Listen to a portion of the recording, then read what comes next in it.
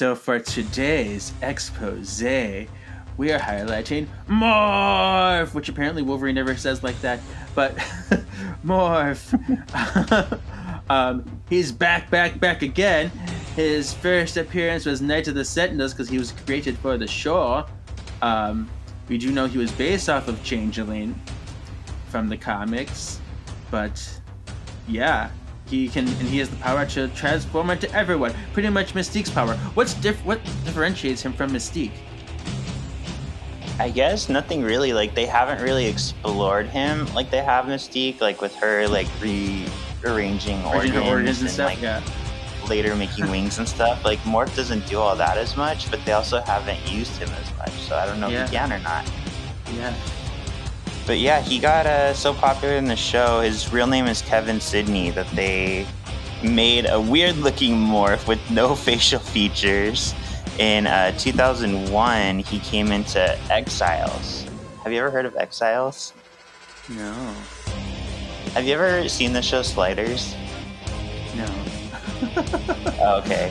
In Sliders, they went reality hopping. They'd go reality to reality, and they'd have to like fix something in that reality, and then once it was fixed, they had to move on. That's what Exiles was, but with mutants. Yeah. I'm looking at a picture. He looks like the guy from Thanos' crew. What's his name? Oh, Eben Ma. Yeah, he looks like him a little bit. Except without hair. Does. And nicer. Yeah. I go where I wanna go. Jean! Scott! Jean? Scott! I summon the Arctic winds! No more mutants! I summon the Arctic winds! No more mutants! I summon the Arctic winds! No more mutants! There's always more gators in the bayou. Don't get a boomer. Cool. So yeah, Morph is a very popular character, we'll see. Mm-hmm. Hello and welcome to Solving for X. This week we're talking Till Death Do Us Part. My name's Sean. I'm the ultimate excavationist. That's new every time, but it's great. Mm-hmm. And I'm something of an X-fan myself, Kevin. Yay! I have like a stupid hair in my mouth and it's driving me crazy. When I do that, I go... Don't ask how it got there.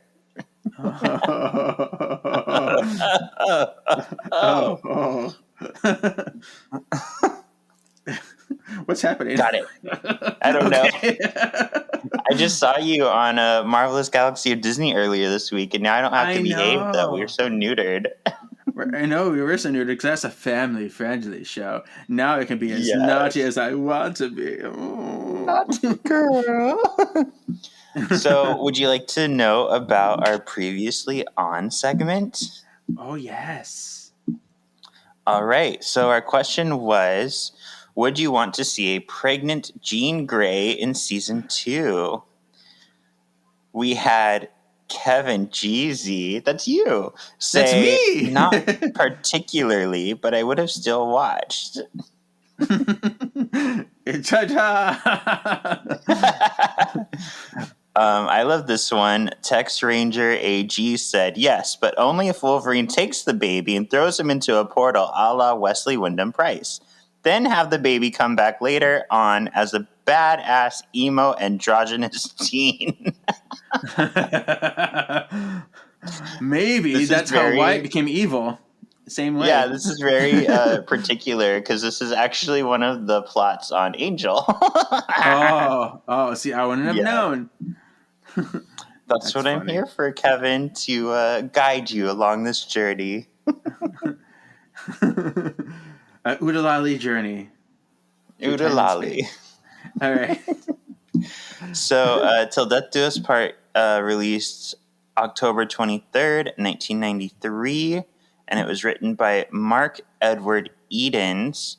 One thing that was interesting is on the fan site, it doesn't always show who directed the episode, but this one showed it was directed by Larry Houston. So I don't know. I don't know why this one was different. Yeah. Maybe that's Do you something remember they the started name? with season 2. Yeah. Do you remember the name Mark Edward Edens? I feel like it sounds familiar, but I don't remember why.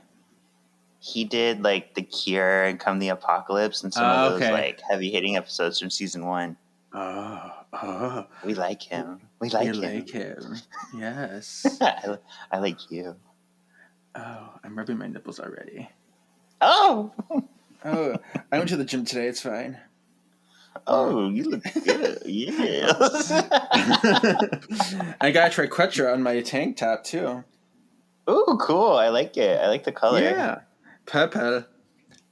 Purple. Scene 1. Fog permeates the danger room as Tuxedo Wolverine fights Cyclops. This right from the get-go, Cyclops comes in, I'm like, ooh, Cyclops is badass. Look at him coming up here with his blasting. Ooh. And then when Wolverine came on the screen, I'm like, oh, he's so sexy in his suit with the purpla. And that reminded me of a flashback to when I was a ring bearer in a wedding when I was 5, and I had that same kind of purple bow tie and purple vest. I was like, oh my gosh, beautiful. I'm like, I missed that wedding. But they all look beautiful. Anyway, meanwhile, the real Psych is in a church marrying the real Jean.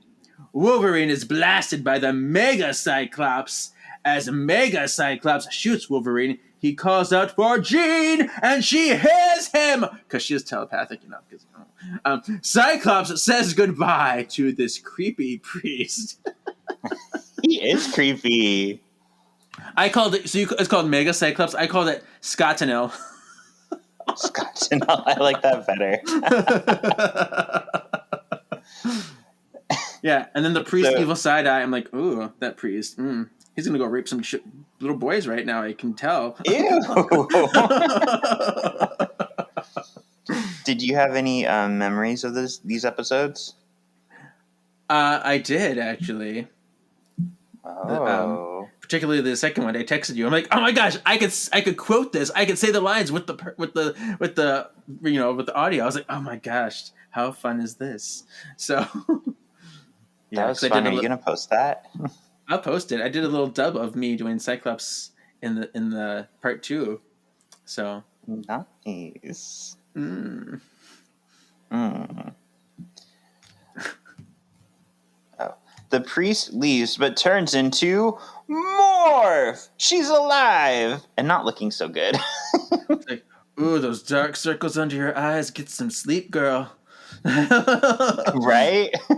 And you know what's funny is Eric Lewald was kind of annoyed because Morph was meant to die. He was brought in to die, but they wanted to make sure that, like, well, if he's going to die, people need to like him, so it's a little more heavy hitting.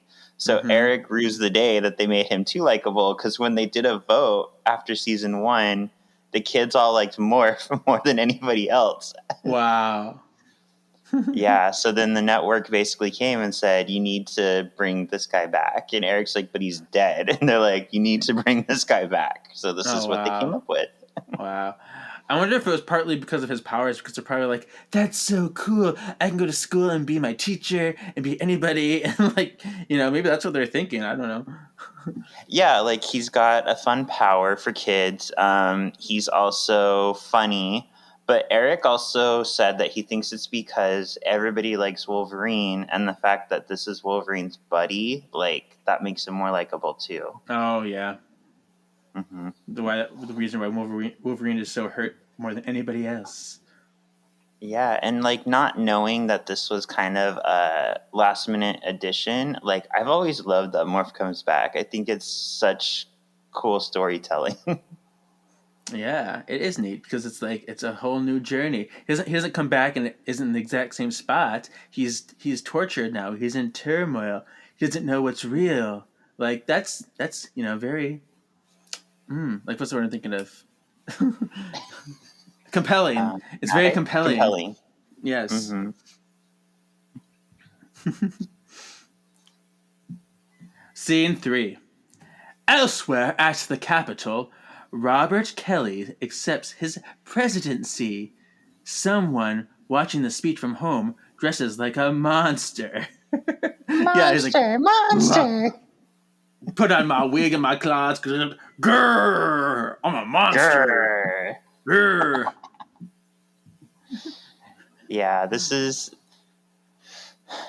kind of like what I was talking about when we did Come the Apocalypse. It's kind of hard to watch because it's like this stuff is still happening today. We saw with like Black Lives Matter, a lot of people were going in and starting riots or making like black people look bad. So,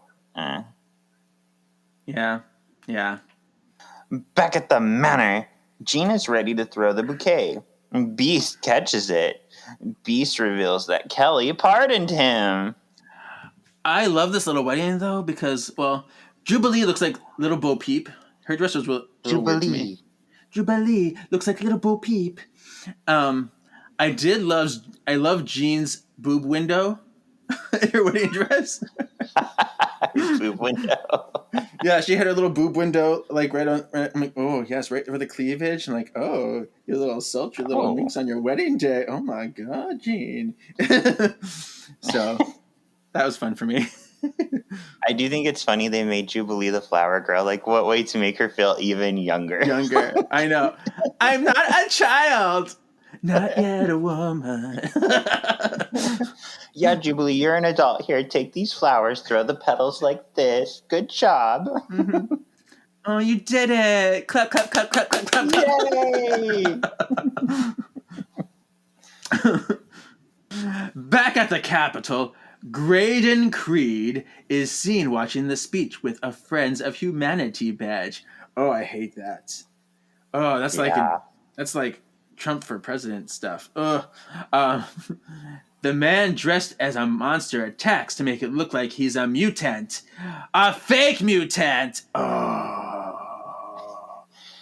See what I mean, though? Like, you called it out. This is too real. Like, we just saw all this happen in 2020 or 2021. It makes me so sad. I hate that this is still so relevant. Like, I guess it's good that people see it, but I hate that it's like, oh my gosh, we're still going through crap like this. Why? Yeah. Back at the manor, Jean enters the danger room to find Logan all tore up. Wolverine tries to tell Jean he still loves her, but she cuts him off. He's got like his like one hand, one string, and the rest is like shirtless. They love to show bodies in this show. I know, and bulges. Yeah, bodies and bulges and muscles and. That should be what our podcast is called, Bodies and Bulges. Yeah. At an undisclosed location, Morph battles with himself. He doesn't want to hurt the X-Men, but he can't reconcile why they left him. We see Sinister looking boots. We see Sinister looking boots enter his memories. He vows to get those X-Men. Oh, but this is another thing. We had Morph's boob window in the grass. Yes, we did. They like boob windows. They boob windowed him. He's like, there it be. Mm-hmm. And remember in the final decision, Magneto had the abs window. Yes. And then Wolverine had that like whole like torso window. It's kind of like a boob window. Just my whole, yeah. So this is like a thing they love. Yeah.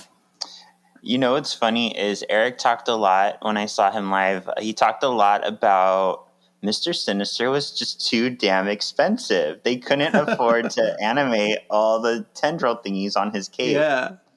Wow. So what you'll see a lot, I'll call it out now so viewers can notice it too. There's a lot of like close-up face shots of him so they don't have to mess with the tendrils. Or he'll like be surrounded by darkness so they don't have to draw as many of the tendrils. Oh. Like just his head or something will move really quick. So they like do a lot of cutaways from him if he has to move. So that way they can come back to him like frozen in place. Interessant. Yeah, know. I'm just. I'll be watching. They really wanted to use Mr. Sinister, and I'm glad they did because I think he's such a dynamic villain. I love him. Mm-hmm. Elsewhere, a group of friends of humanity close in on a mutant. Great and Creed looks on as they attack. The Friends of Humanity attack multiple mutant-friendly locations. Again, this is still happening today. Jesus. Oh God, horrible. Yeah. I cry. All And I right. felt bad for this, like, fuzzy, like, nice-looking mutant because, like, they never show us what happened to him. Yeah, he's like, I don't have any powers. I just look different. Like, he was so innocent and just so like, what the hell is wrong with you people? It just makes me so sad. Yeah. Ugh. Like, how am I a threat to you at all? I He's know, like, and they, like... you were born. You were hell? born. Yeah, from season 1 to season 2, like, humanity gets a lot darker to start us Yeah. off. Yeah.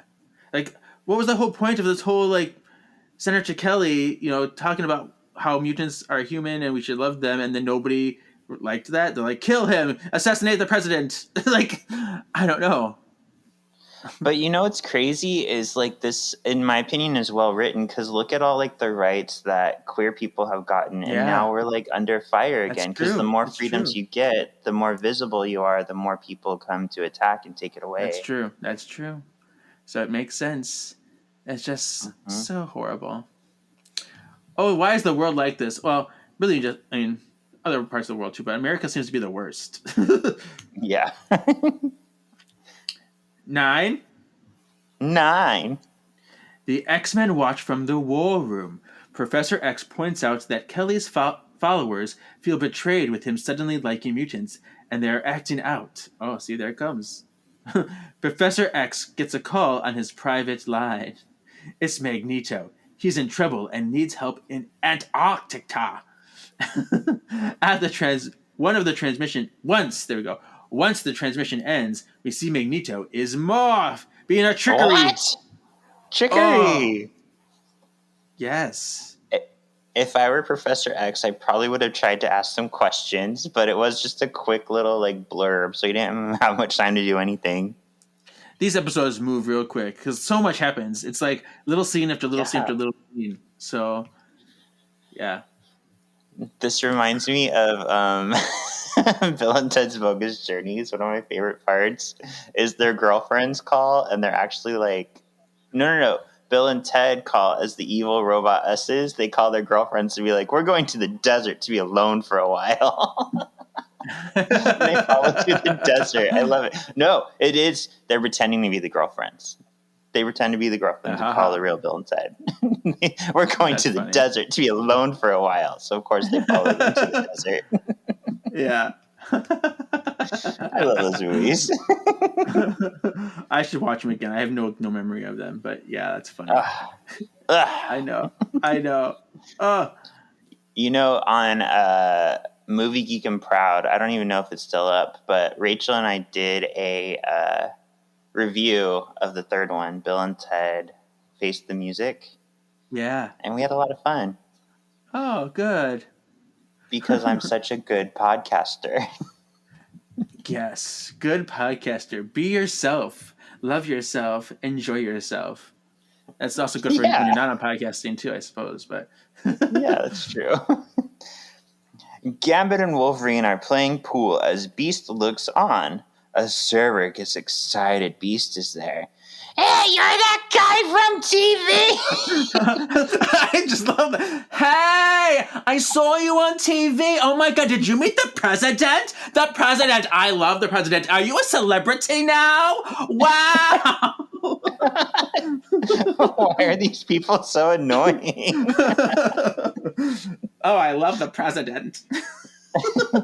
My fellow Americans. The Friends of Humanity blast through the wall. Our X-Studs defend themselves. The FOH gets footage making the mutants look bad.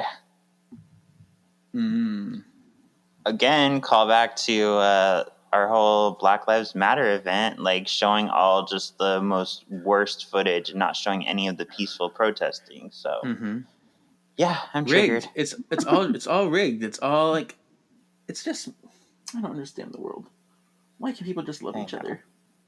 It's all about money and power. Money and power. Yep. Okay. Unfortunately. Back in the war room, the professor sends a hologram letting them know he has to leave. While Scott is away, Storm is in charge.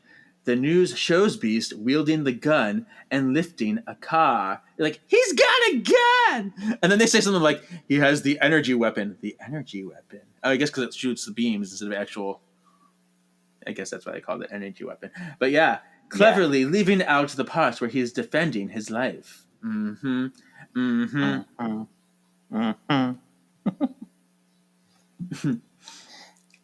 In the bushes overlooking the mansion, Morph looks on. He waited for Wolverine to leave, then morphs into him. First, Morpherine tells Rogue he forgot something. Rogue goes for a nap, and Morph changes into her. Rogue goes and tells Gambit to go upstairs and kiss her.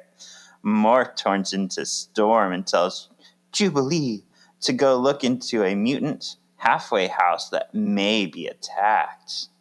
Oh, he's like, I guess like he goes when he's Rogue, she goes to Gambit, and like, it's like, maybe I was lying about my powers this whole time. Right. Look at this, I can touch your face. Ooh, come see me, sugar. A winky face. Like, that's suspicious. That's super suspicious. Yeah. Considering Rogue And, was like, never even like giving him any clues so far that she wanted that. Well, I think what's most dangerous is Morph knows them all so well. He knows exactly what they all want and knows exactly how to play on that want. True. So, like, Gambit's just so hard at this point. He's like, I'm going to fuck Rogue. Like, I don't care. I mean, it's true. Blinded by the cock. Yeah.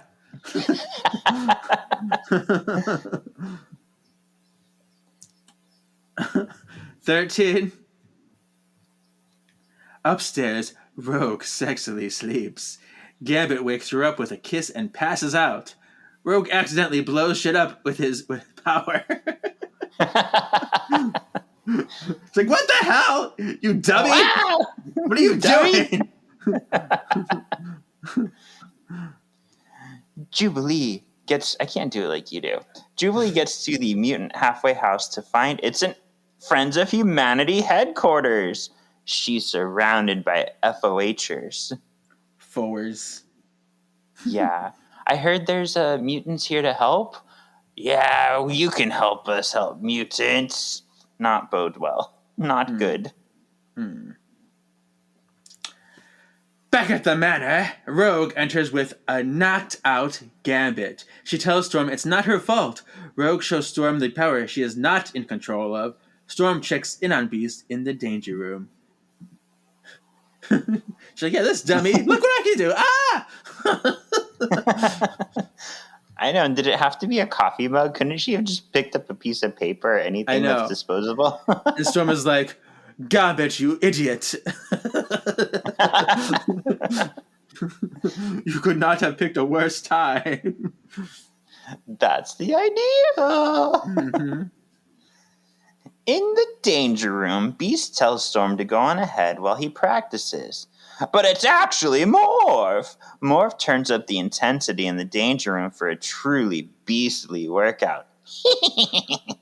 Beast manages to evade the traps for a bit until he finds the doors won't open. Oh dear. Oh dear. Yeah. Okay. I got startled. I get the tingles. I don't know. It's crazy to me. 17. The Friends of Humanity fan out into the streets. They show bonds. They throw bombs at a mutant center. Rogue and Storm enter to protect the center. Storm tells Rogue she's gone. Beast will be there soon to back her up. Rogue leaves. Storm calls on the Arctic winds to cool everyone off. I summon the Arctic winds. She goes, I summon torrential rain. Yeah. Like, what did I say? Oh, I missed the part when I thought there was a 90s moment. I don't know if this counts as a 90s moment or not, because they may still have the commercials that say this. But she's like, card tricks are for kids. Jubilee. Don't have a hat, man. You've got mail. 90s moments.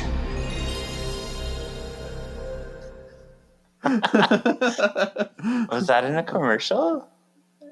Well, silly rabbit, tricks are for kids.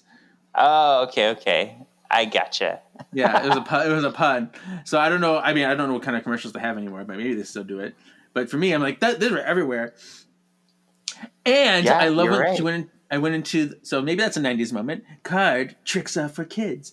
But then she went into the refrigerator before she got summoned or whatever, and she's like looking for food, and she like taps the veggies. She's like, I don't like this food. Tap, tap, tap. I don't know. I thought it was funny. I don't like this food. This is all vegetables. Where's the chips and Cheetos? I'm not I a love kid it. at all. Tricks aren't for me.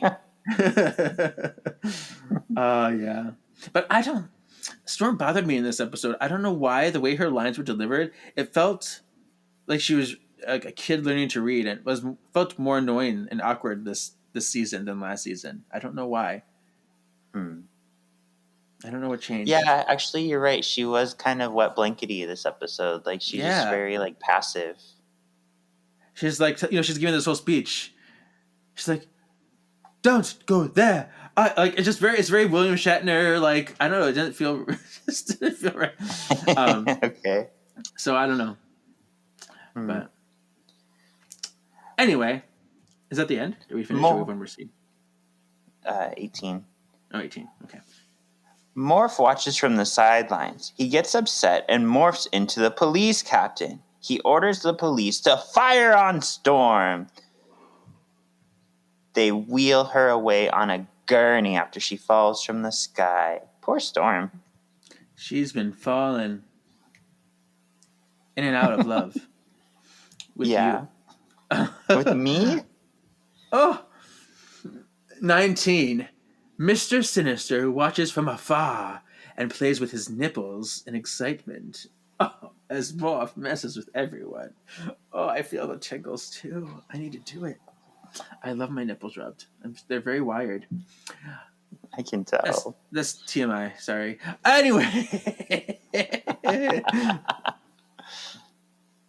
So yeah, what an opening to season 2. Like, Mr. Sinister has conditioned Morph.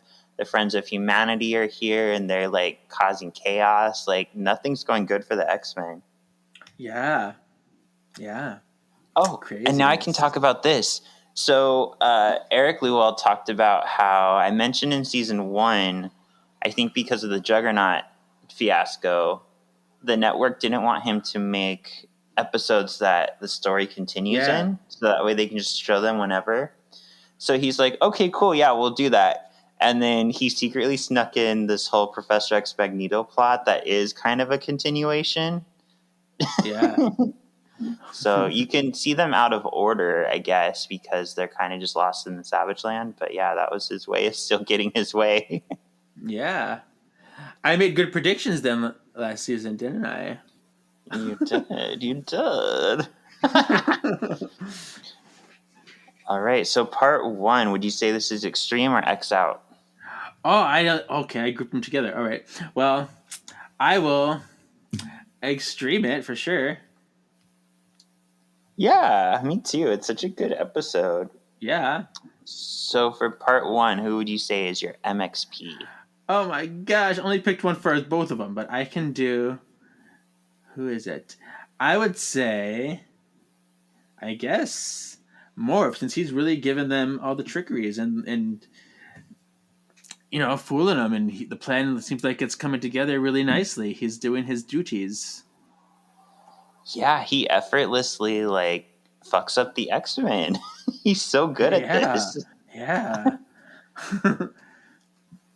Okay, Kevin, for our second expose, I wanted to focus on Mr. Sinister! Oh.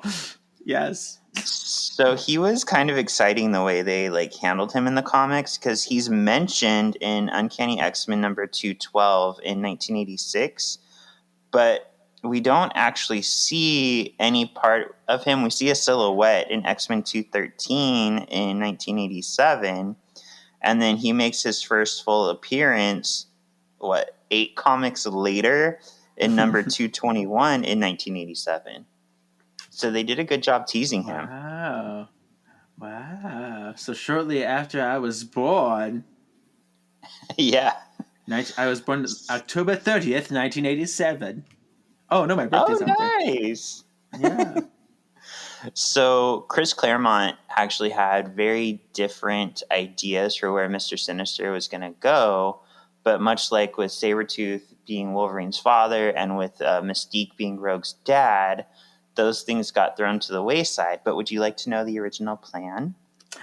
Yeah. So it answers a lot, because you know how Cyclops is the only one who can hurt Mr. Sinister? There was a reason for that. I'm like nodding, like they can hear me. Thank you for nodding. Everyone can hear you nod. Yeah.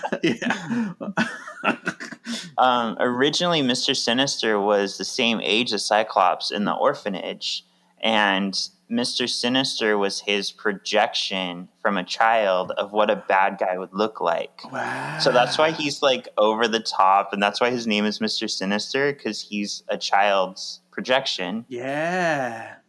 And the child made the projection in order to find Cyclops and get his revenge. And so that's why only Cyclops can hurt him, because he's so focused on getting Cyclops that Cyclops is his weakness in a way. Yeah. Wow. So that eventually got thrown out. It turns out that Mr. Sinister technically isn't even a mutant. He was a scientist all the way back in the early 1900s, and he was experimenting, trying to find a way to bring, I think, his son back. And eventually he experiments on himself, and then Apocalypse gets a hold of him, and Apocalypse turns him into basically one of his horsemen and gives him the white skin and the powers he has. So Mr. Sinister is a product of Apocalypse. Wow. Yeah. He's like, you're my horseman, but you can go do your own thing now. Yeah.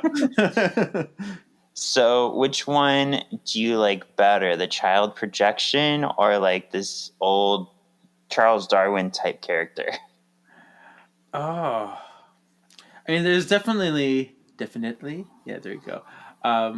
Pros to both, I suppose. But I think I prefer the projection thing more, just because that's where my interests lie more usually, generally.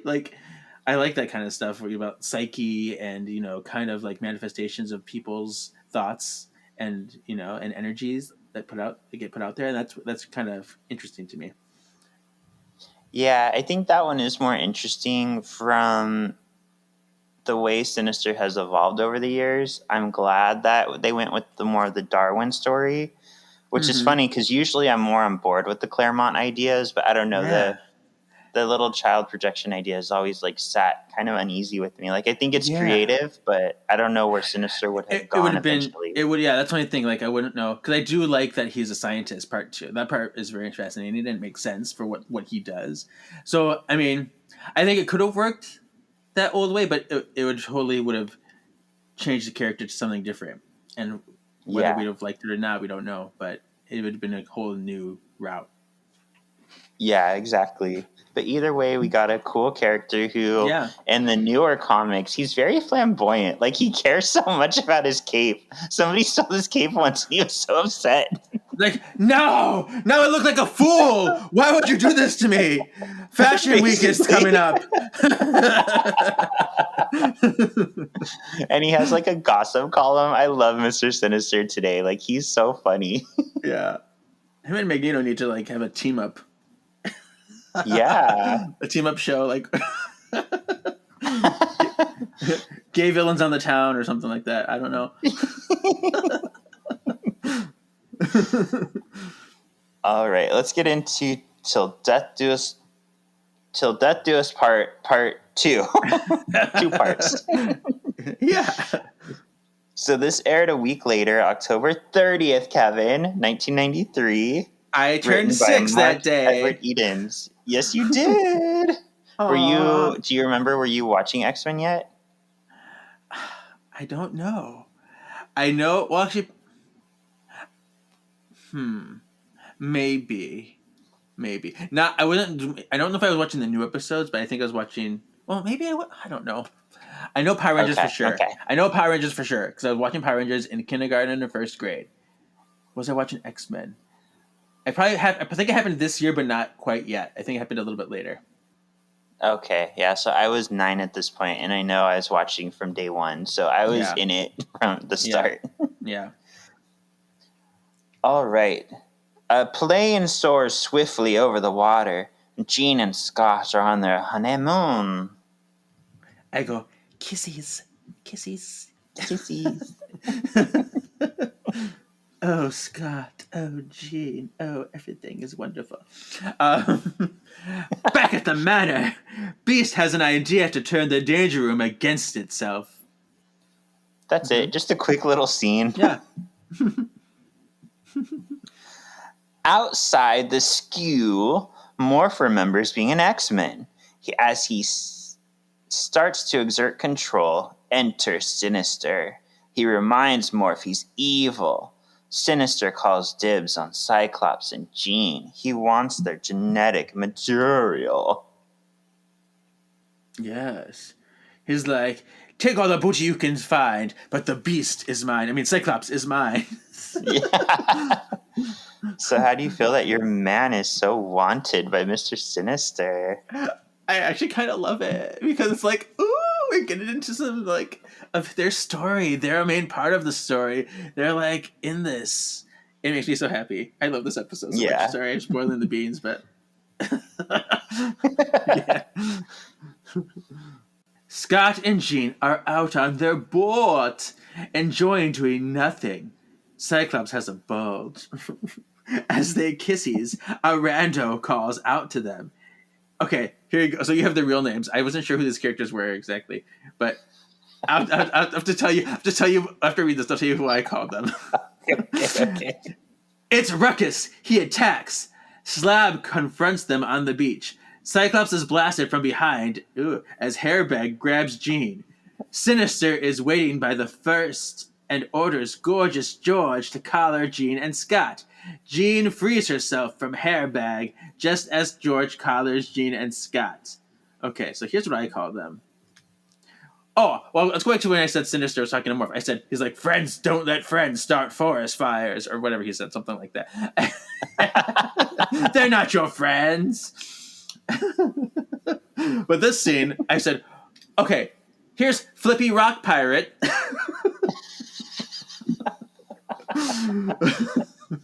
That's Ruckus. Flippy Rock Pirate. Then I have Eyelash Brute. Okay. Eyelash Brute. Harry Wakandan. Oh. And then Gooey Wachowski, or whatever, the Wachowski sisters or brothers or whatever they're. Gooey Wachowski. Wow. So those are my names. So like, I don't know these people, but sure. Yeah, these are Mr. Sinister's nasty boys. Okay. They're not used a whole lot in the show. They do show up quite a bit in the comics. And what's kind of interesting about them is anytime any of them get killed, a clone body automatically activates. So they just keep coming back. Oh, Mr. crazy. Sinister's all about clones. Yeah, that's true.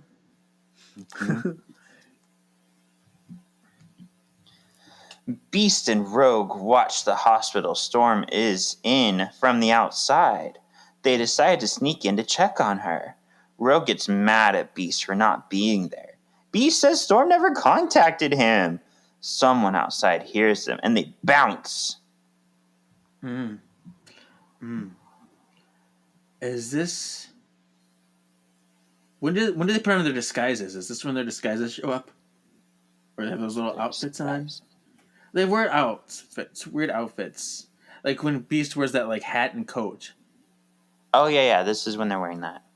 Yeah, I put Beast looks like Scruff McGruff.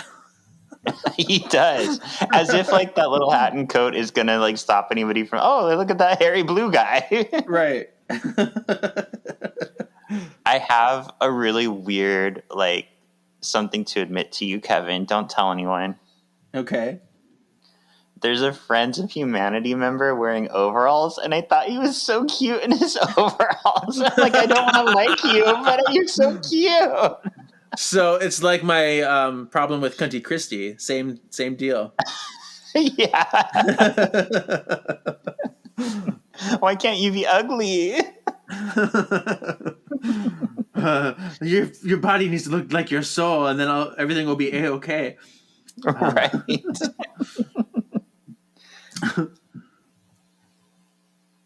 Is it to me? Yeah, number 6. Elsewhere, 4 Friends of Humanity holds a rally. Graydon Creed announces that the future is for humanity. They march out Jubilee, and the crowd demands her death. They prepare to take her away when Wolverine pops in. He disarms everyone and frees Jubilee. They make their escape. There's some good lines here. So you already mentioned this one, but she asks, what did we do to you? And he says, you were born. Oh, That's so dark. I know. My heart breaks. And that's something like, you know, as queer people, we've been given that message before. This is very close to home. Yeah. Oh. And then I like how Wolverine says, if you knew how much bubblegum I had to sniff out to find you. Poor Jubilee. Gambit tells her she's getting fat, and Wolverine tells her she eats too much bubblegum. I know.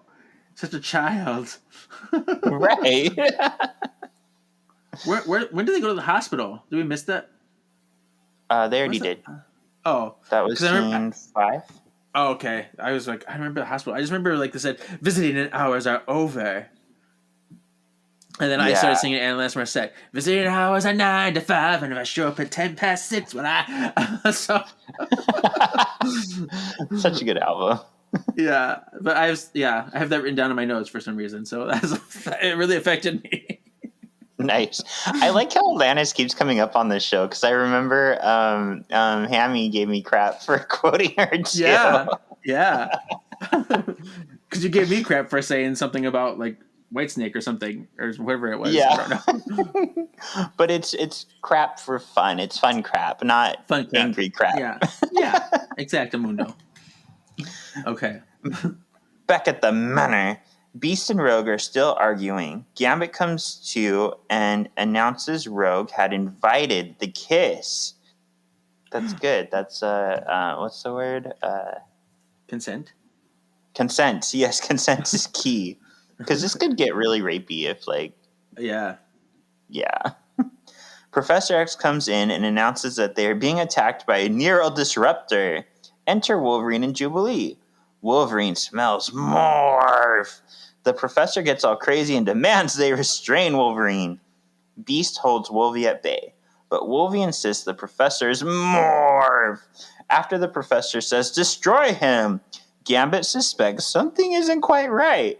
He throws a card, forcing the professor to his feet to avoid it. The jig is up! And what's clever, too, is he throws a non-exploding card. He's like, this is a dud, a false alarm, to get him to like freak out. Very smart. Very smart. Morph throws a plasma grenade, then makes his escape. Yeah. He's like, oh, hey, I'm cured. Oh. I love the little dance he does. It's so funny. Oh, Morph, always being silly. Mm-hmm. Mm-hmm. All right. Morph makes a run for the Blackbird. Somehow, Wolverine and Jubilee are already on the jet. They confront Morph. Jubilee doesn't know which Wolverine is the real one. Jubilee hits the wrong one, and Morph escapes on the jet. Beast predicts that Morph will go after Cyclops next for leaving him. Yeah, this was such a smart move by Morph to say, like, you'll have to blast us both, kid. Because even I was like, oh, yeah, that is very much something Wolverine would say. I know. But it wasn't!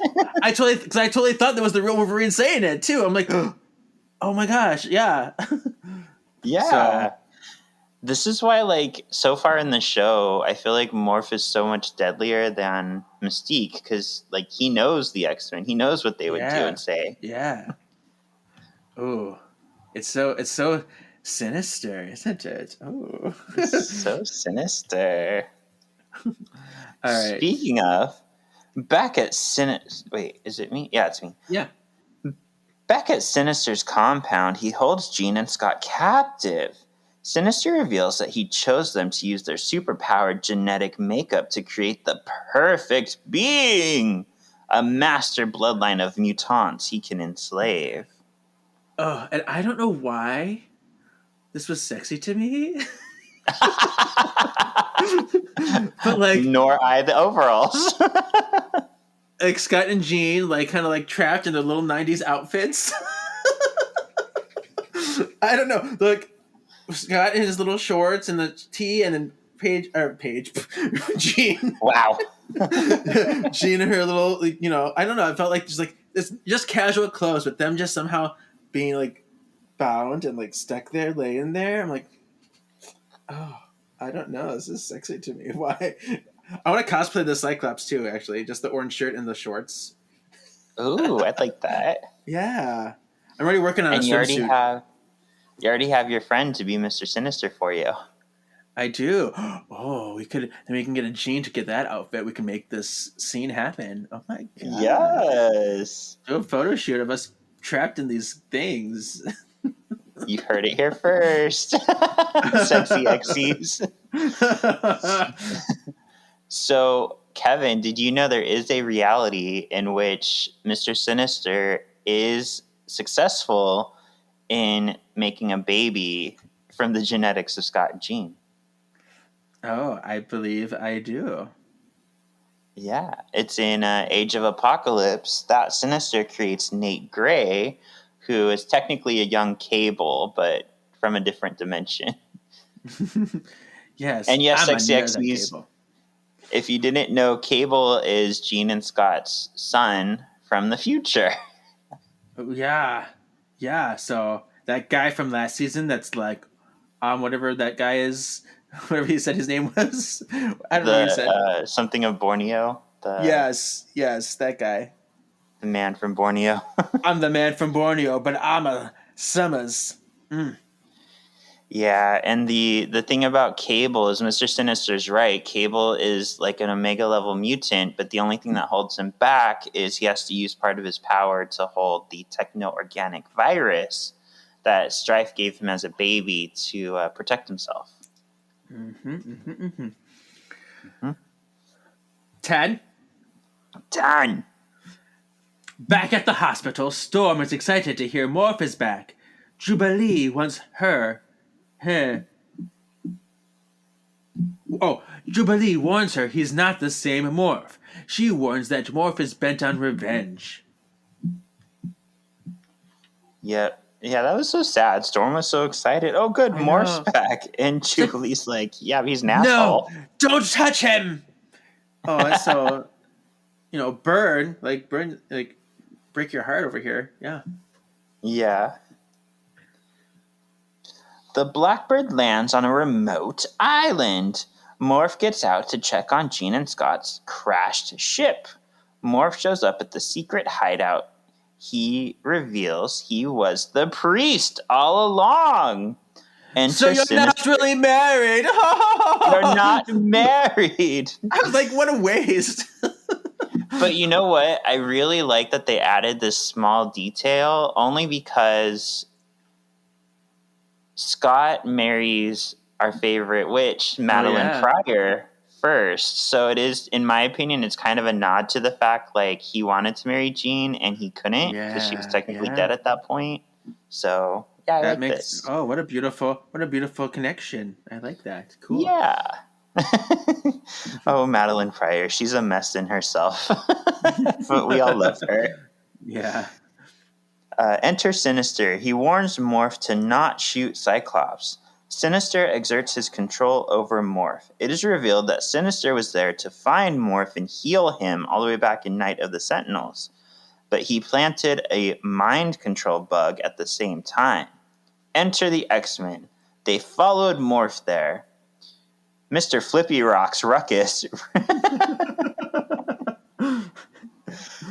and Hair comes in and takes them all down, and Hairbag attacks Wolverine, and then from here, I just summed it up as the X-Men battle the Nasty Boys. Yeah. Was there anything from this battle you wanted to highlight? No. I mean, it's good. It was all good. It wasn't bad, but things happen. Fighting. I like it when Wolverine says, "Let's go, Hairbag." And Hairbag's like, "Why you make fun of Hairbag? That's my name. Why you make fun of me?" Oh. Inside the compound, Cyclops begs Morph for help. Morph battles his demons. He closes in on Sinister and shoots him. Sinister instantly heals. Meanwhile, Scott breaks himself and Jean free. Scott shoots Sinister, and it mortally wounds him. My body! Sinister calls on his nasty boys to get them out of there. Cyclops comforts Jean, but vows to stop Sinister. Technically, Jean and Scott aren't married since Morph had no legal bearing. We'll get married again. Maybe. Yeah. So it's funny, though, at this point in the comics, they had Legally Married in 1991, so they are going by the history of X-Men, but yeah, that's when they officially got married. Okay. I'm looking at my notes. I have things that we missed. I forget when it was, but Jubilee says, "Sorry." Like so Canadian. Sorry. Sorry. That's how I always know if it's a Canadian show. Whenever they have to say sorry, it's always like something like that, or like a boot, like. Yeah, I know it's funny because our friend of the pod, Aaron, has been messaging me as he's watching and listening, and he picked up on the Canadian accents too. It's very obvious sometimes. Yeah. And then when Sinister had them, I was scared of this thing, this little torture fleshlight thing he had. Yeah. I was like, oh my god. Yeah. I was like, oh, that, I mean, it's kinky, but oh no. Oh no. Wolverine watches as Morph flies off in a jet. He promises to find him and help him. Ta-da! Ta-da! 14? 14. In the Savage Land, Professor X and Magneto meet up. They're confused that neither one actually asks the other here. They realize it's a trap as an avalanche knocks them over a cliff. Gasp! Oh, gasp galore.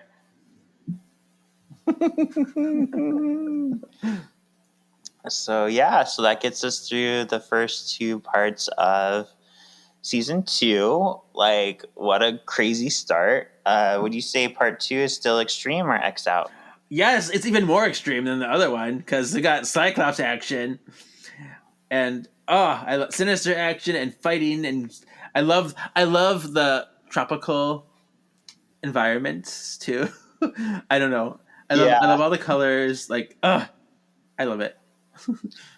Yeah, and I love it for a similar reason. Like, we get more Sinister in this, and we get the Nasty Boys. So, like, as a kid, I was like, these are such cool new characters. Like, this is awesome.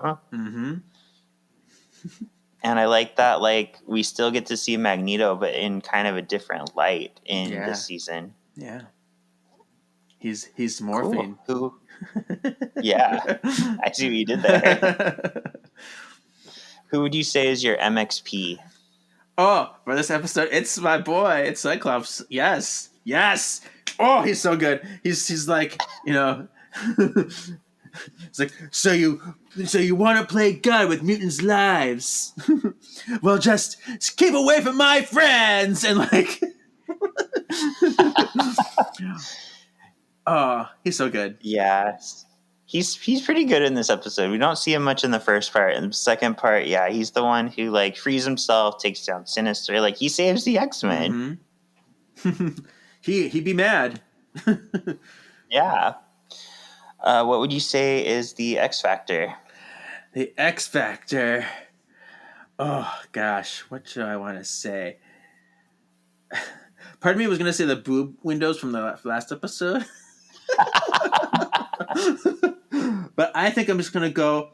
I think like Sinister and his gang. I think there's always usually like an antithesis to the X-Men. There's always like a group of combative mutants that they have to fight. And I think that's, a staple. And it's nice to see these new characters. Yeah, and I think what the cartoon did well that the live action movies don't necessarily do well is like every single one of the Nasty Boys got to at least like talk and give us a little bit of the character. Whereas like Azazel or like Sabretooth in the movies had like one line. Yeah. We really don't know anything about them. Yeah. Mm-hmm. Scream for that always bugged me. Yeah.